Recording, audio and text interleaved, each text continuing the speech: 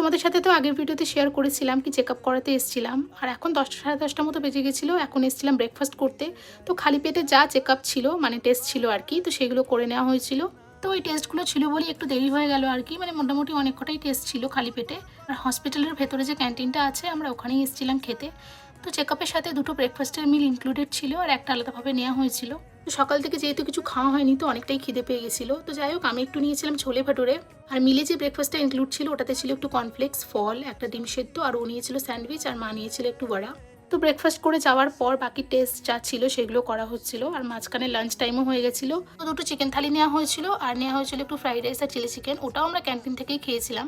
তো লাঞ্চ করে আসার পর বাদ বাকি যা টেস্ট চেক আপ ছিল সব করে নেওয়া হয়েছিল। আর এখন আমরা বাড়ি ফিরবো, মানে তখন 6টা সাড়ে 6টা বেজে গেছিলো। পার্কিং থেকে গাড়িটা যতক্ষণ আসতে সময় ছিল আমরা একটু চা কফি খেয়ে নিলাম। আমি আর মা একটু চা নিয়েছিলাম, যেটা তো একদম ভালো ছিল না খেতে, আর ও একটু কফি নিয়েছিল। তো তারপর আমরা ওখান থেকে